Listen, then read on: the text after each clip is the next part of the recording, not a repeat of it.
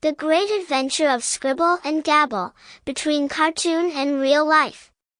One time, in a land that was neither here nor there, lived two very special words, Scribble and Gabble. Scribble was the word for any kind of messy drawing, like squiggles and doodles you see in the corners of notebooks. Gabble was a word for non-stop, silly talking, like when kids are too excited and talk a mile a minute about everything at once. Scribble and Gabble lived near a magical border where the cartoon world and real life almost touched but didn't quite overlap. They had the best of both worlds. On one side, they could see the cartoon town of Toonyville, where animals wore clothes, cars had faces, and clouds were shaped like fluffy animals. On the other side, they could see the bustling real-world town of Humansville, with people, buildings, and parks. Now, being words, Scribble and Gabble had special powers.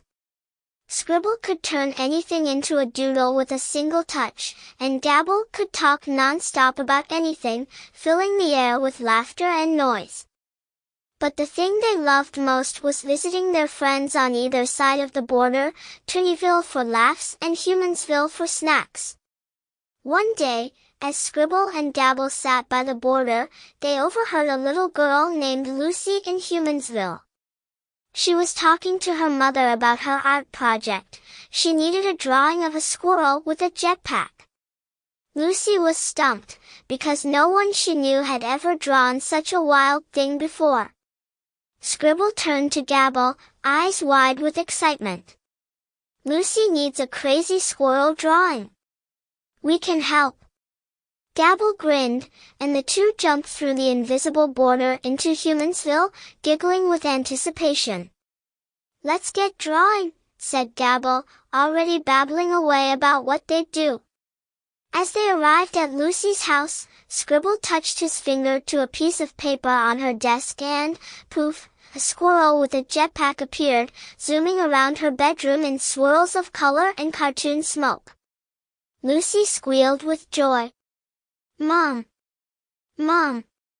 Look, it's the jetpack squirrel I wanted. But it's moving." Scribble and Gabble quickly hid behind a book as Lucy's mother entered the room. "Honey, it's wonderful.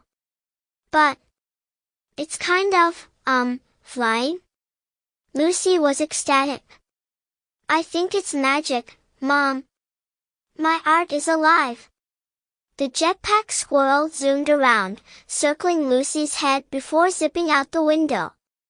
But before anyone could blink, Gabble ran after it, chattering about all the amazing things he'd seen in Toonyville. "Hey, come back, squirrel. We're not finished with you yet." The jetpack squirrel, meanwhile, seemed to have a mind of its own. It darted through the streets of Humansville, causing quite a scene.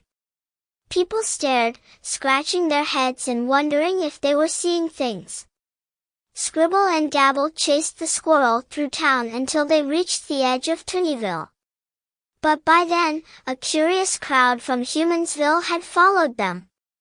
Scribble realized that if they didn't do something, the real-world people would see the cartoon town, something that was supposed to be a secret. "Quick, Gabble. We need a distraction," Scribble said. Gabble, with a twinkle in his eye, began talking faster than ever. "Ladies and gentlemen, boys and girls, may I introduce the incredible Gabble Show. Step right up for amazing stories, funny faces, and more words than you've ever heard." The crowd was instantly captivated. Gabble kept talking, telling jokes, making silly sounds, and even doing a little dance.